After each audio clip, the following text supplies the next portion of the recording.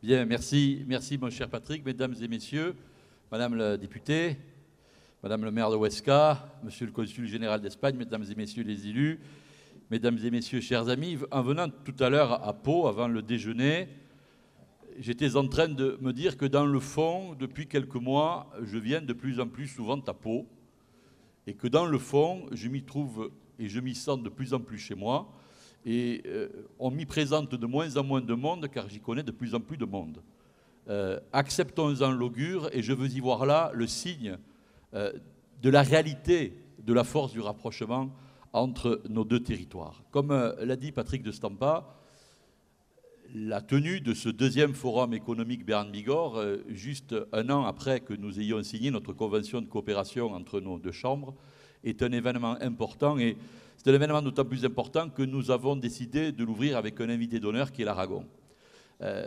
Chère Ana Alos, alcaldesa de Huesca, nous sommes très heureux de vous avoir à nos côtés avec l'ensemble de la délégation des Camaras d'Aragon et de la ville de Saragosse, et à vos côtés, monsieur le consul général, car, comme l'a dit Patrick, c'est pour nous la relation, les échanges économiques avec l'Aragon sont une dimension fondamentale du développement de notre territoire. Mais permettez-moi ce message personnel, chers amis béarnais, je ne peux pas oublier, en prenant la parole ici cet après-midi, que je suis aussi, et c'est pour moi une grande fierté, le premier adjoint au maire de Tarbes, Gérard Trémèche, qui nous rejoindra tout à l'heure aux côtés de François Bayrou, et que nous avons, chère Anna, célébré il y a quelques semaines de cela le 50e anniversaire du jumelage, très fort, très intense, entre nos deux villes, Huesca et Tarbes, et que nous avons tous ensemble, il y a quelques mois, décidé de développer une nouvelle dimension à notre jumelage, qui est une dimension de développement économique,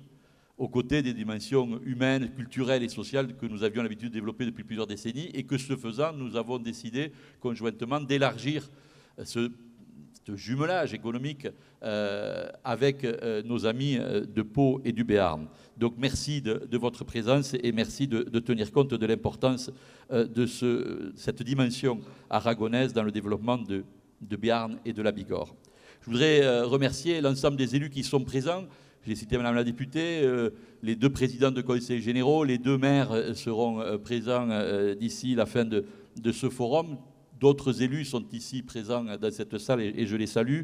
Je n'en citerai aucun pour n'oublier personne, témoignant ainsi de l'intérêt de plus en plus fort que les élus de la République témoignent à l'égard du rapprochement entre le Béarn et la Bigorre. Je voudrais également, tu l'as fait Patrick, remercier la presse, puisque les deux supports, les deux groupes de presse qui exercent sur nos deux territoires ont eux aussi engagé une coopération pour développer et publier ce supplément économique que vous avez tous entre les mains et qui est d'une très grande qualité. Alors vous disiez, cher ami, tout à l'heure en ouvrant ce forum, que quitte à nous chahuter, disiez-vous, à nous alerter sur deux éléments, la concurrence entre les territoires et la masse critique que nous devons atteindre.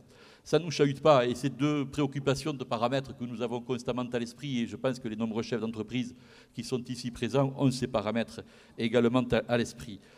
Les territoires sont en concurrence les uns avec les autres. Alors je voudrais qu'on projette une carte, et c'est moi qui vais être un peu poil à gratter, parce que cette carte, elle n'est pas forcément à notre avantage. Regardez cette carte qui vient de l'INSEE et qui exprime l'évolution de la population urbaine et de la population active entre 25 et 54 ans dans les grandes aires urbaines entre 2006 et 2011.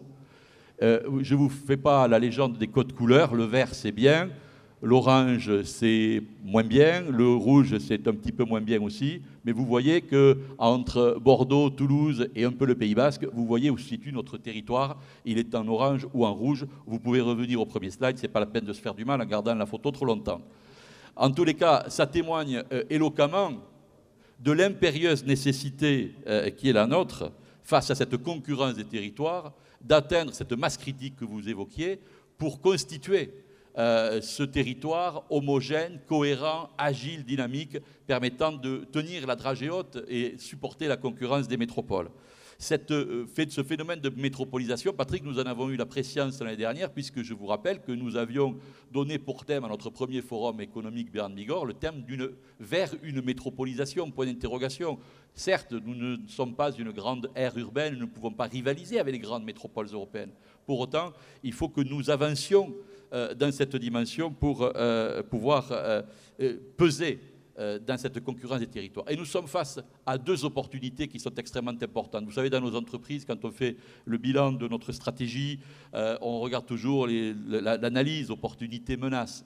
Alors, je préfère le regarder sous le thème des opportunités. Les deux grandes opportunités qui sont devant nous, c'est d'abord la réforme des territoires. La réforme des territoires qui décide de reconstruire le territoire de la République et le paysage des collectivités territoriales. Cette réforme territoriale se caractérise par deux éléments fondamentaux qu'on peut aimer ou ne pas aimer, qu'importe. Nous sommes ici, dans le cadre des chambres de commerce et d'industrie, dans un cadre de chef d'entreprise. Donc nous n'avons pas à commenter les paramètres, nous avons à les intégrer dans le logiciel de nos entreprises. Ces deux paramètres sont d'une part le phénomène de métropolisation, et qui est soutenu, accompagné et développé par les pouvoirs publics, et le deuxième phénomène qui est celui de grandes régions. Face à ces métropoles et au sein de ces grandes régions, si nous ne sommes pas capables de constituer des ensembles suffisamment forts, suffisamment lourds, suffisamment homogènes, et je le répète, suffisamment agiles pour exister dans cette concurrence, la carte que je vous ai montrée tout à l'heure et sur laquelle je n'aurai pas la cruauté de revenir, n'ira pas en s'améliorant. Il faut que nous intégrions ça fortement. C'est la raison pour laquelle, pour ce qui nous concerne aux Pyrénéens, nous avons une réflexion à tiroir dans ce cadre de cette réforme territoriale. Premièrement, il faut qu'une grande région sud-ouest, Madame la députée, et j'espère que vous porterez ce message, il faut qu'une grande région sud-ouest existe. Aquitaine, Midi-Pyrénées, Languedoc-Roussillon, intégrant l'ensemble du massif pyrénéen. Et nous avons, au niveau des chambres, tu l'as rappelé, au sein de l'association CCI Pyrénées, engagé une concertation des milieux socio-économiques sur le développement et la promotion d'une marque Pyrénées. Il est important qu'elle puisse être portée au sein d'une seule et même région. Si d'aventure, dans sa grande sagesse, le législateur ne devait pas donner droit à notre légitime requête, nous pensons qu'à marier les régions 2 à 2, il vaudrait mieux marier l'Aquitaine et Midi-Pyrénées. Je citerai un seul exemple, c'était l'aéronautique, les pôles de compétitivité. L'État a décidé de donner aux régions le pilotage des pôles de compétitivité. Le pôle de compétitivité qui nous intéresse le plus, celui de l'aéronautique, de l'espace et des systèmes embarqués, Aerospace Valley. Aerospace Valley est commun à Aquitaine et Midi-Pyrénées. Si on doit piloter un pôle de compétitivité entre Bordeaux et Toulouse avec 2 régions différentes, on ne s'en sortira pas. Et à défaut, si notre deuxième requête légitime ne devait pas être entendue, nous souhaitons que puisse être ouvert un droit d'option pour les départements avant leur disparition. Et vous savez que je suis un départementaliste. Que les régions, que le droit d'option puisse se jouer et que soit les Hautes-Pyrénées rejoignent l'Aquitaine, mais j'ai bien compris qu'il y avait une demande parallèle, soit que les Pyrénées-Atlantiques rejoignent Midi-Pyrénées. Et cela dit, c'est vrai que si Languedoc-Roussillon et Midi-Pyrénées sont regroupés, les Pyrénées-Atlantiques seront le seul département pyrénéen de l'Aquitaine.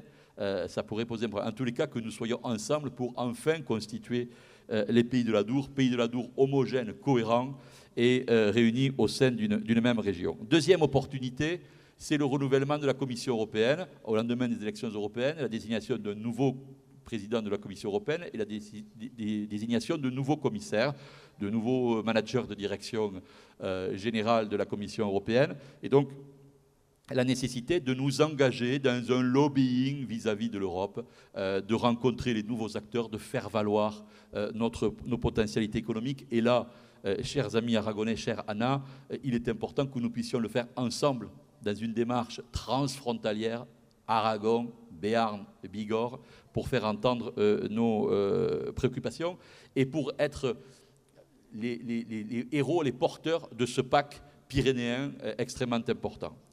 Notre action va s'engager dans 3 axes, le lobbying communautaire, le lobbying européen que je viens de décrire, et nous allons intervenir auprès des autorités bruxelloises. Nous avons le projet de nous rendre en délégation à Bruxelles pour rencontrer les principaux acteurs.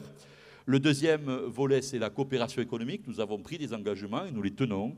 Nous travaillons déjà ensemble sur différentes actions telles que le business dating, telles que le salon Aéro-Adour où nous serons présents après l'été, l'association CCI Pyrénées, mais également dans une démarche transfrontalière. Tu l'as dit Patrick, nous serons à Huesca les 30 et 31 octobre prochains pour le salon SIE pour représenter notre territoire et nous allons engager Béarn, Bigorre et Aragon, une étude économique retraçant les investissements espagnols sur notre territoire, les investissements français sur le territoire espagnol et les échanges, les principaux échanges d'exportation entre nos deux territoires pour donner une densité, une chair et une lisibilité au poids économique de ce territoire. Et puis enfin, et je finirai là-dessus, comment ne pas en parler alors que nous accueillons aujourd'hui une importante délégation espagnole, ce sont les infrastructures.